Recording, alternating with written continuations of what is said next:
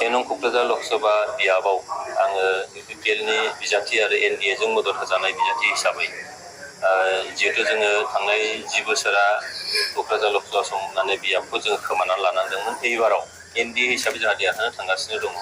बेयाव आङो बिजाथि महरै खमसे खम 2 खावसेनिफ्राय 3 लाख बिनि फारागाव देरहानो थांगासिनो दङ। যে বিপিএফ দলে জিকিব মই জিকিব আৰু বহুতো ডিফাৰেন্সত নহলেও আমি 70 to 80,000 বেছি ভোটত জিকাৰ আশা আছে। खुलुमबाय दिनैनि दिनाव जोङो बिटिसि बासि रायजो हिसाबै गिबि गिबि साफ्रोमखौबो बिभिन्न जाति जनगोष्ठीनि मानसिफोरखौ जोङो धन्यबाद होनांगोन। जोङो बिपिएफ राजनितिक दोलो हिसाबै 4 तारिख दरं उदालगुरि आरो क'क्राझार समस्तियाव बिपिएफ राजनितिक दोलोनि जे बिजाथि बे देरहागोन। देरहानाया निर्घात। ओंखायनो आङो सिगां जोंनि बे ओनसोलनि बिटिसि बासि रायजो राजाफोरखौ आरो फिन खेबसेबाव आंनि गोरबोनिफ्राय नोंथांमोनखौ आङो धन्यबाद जासिगोन।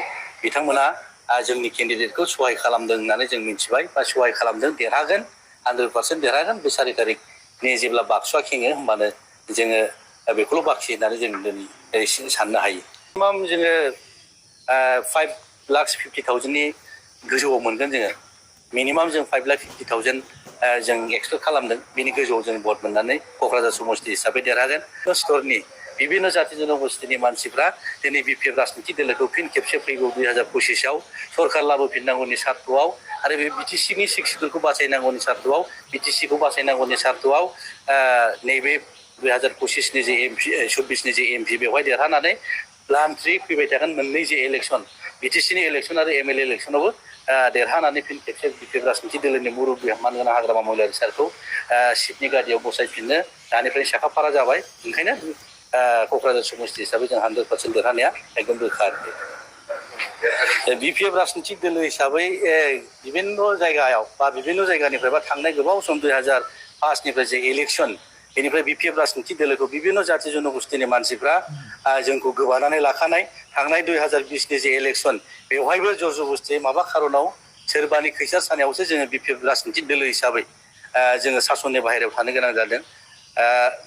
एबारबो हाजार इउपिपिएलनि नेता बा बिजेपिनि दैदेनगिरि बिथांमोना जोंनि बे ओनसोलाव बिराद गिदिर नेताफ्रा बेवहाय केम्पिं खालामफैबाबो बे ओनसोलनि रायजो राजाफ्रा बिथांमोनखौ आखुवालि खालामनानै लायाखै। मानोना इउपिपिएल बिजेपि आरो जिएसपि बे बोसोरथामनि जे सासन खालामनाय बेवहाय बे ओनसोलनि रायजो राजाफ्रा गासिबो बुजिजोब्बाय। बिथांमोना बे ओनसोलनि मोजांनि थाखाय बिटिसिनि मोजांनि थाखाय बे ओनसोलनि रायजो राजाफोरनि थाखाय बे ओनसोलनि जाति जनगोष्ठीफोरखौ सुरक्षित लाखिनांगौनि थाखाय बिथांमोना कमप्लिटलि फेलियर जादों। ओंखायनो थांनाय जे एमपिनि इलेक्सन बिसायख'थि बेवहाय बिभिन्न जाति जनगोष्ठीनि मानसिफ्रा दोलै जोंनि बिपिएफ राजनितिक दोलोआव भट होदों होननानै जों रायजो राजानिफ्राय फिडबेक मोनदों। ओंखायनो क'क्राझार समस्ति हिसाबै जों देरहागोना एकदम रोखा आरोखि। दानसे नेनायनि उनाव गाबोन 4 जुन अक्ट'आव सारा भारतआवनो लकसभा जे बिसायख'थि बेनि फिथाइखौ साननो थांगासिनो दङ।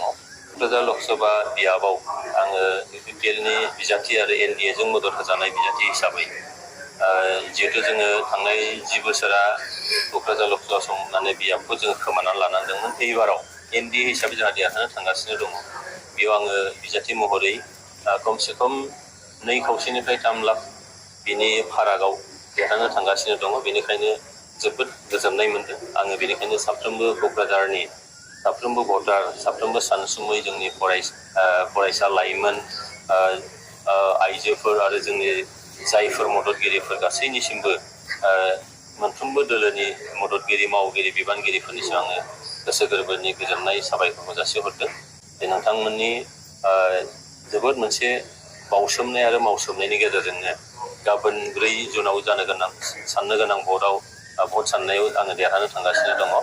बेनिखायनो जोबोद गोजोननाय मोनदों। बेनिखायनो आं बयखौबो गोसो गोरबोनिफ्राय गोजोननाय आरो साबायखरखौ जासिहरदों। फोसावदिंनाय बे टाइमावबो जों बुंदोंमोन, बे समाव बुंबाय थाखादोंमोन आरो जोङो जोबोद मोनसे आसाबादि आरो बे बाथ्राया थारैनो 7 मेआव बिसायख'थि जोबखांनायनि उनाव जोङो गासै जोंनि बुथ लेभेलनिफ्राय जिखिनि जोंनि नायबिजिरनाय बे नायबिजिरनायनिफ्राय जों मोनदांनो हादों जे दिनैहाय 2 खावसे लाखनिफ्राय 3 लाख 2.5 लाखनिफ्राय 3 लाखनि गेजेराव आङो देरहागोन BPPL बिजाथियारि एनडिएनि मदद होजानाय बिजाथि महरै देरहागोन बे एकदम सैथो खोथा जिखुनु बानायनानै बुंनाय बाथ्रा नङा गाबोन हर सानब्लानो बेखौ निस्सय रोखायै जों मोननो हागोन हरसेनिल' बाथ्रा दं बेनिखायनो देरहागोन एकदम रोखा आं बेनिखायनो बयखौबो खावलायदों जे जोङो गोबाङानो रंजानो थाखाय थियारि नाथाय आं खावलायगोन बेखौबो जाहाथे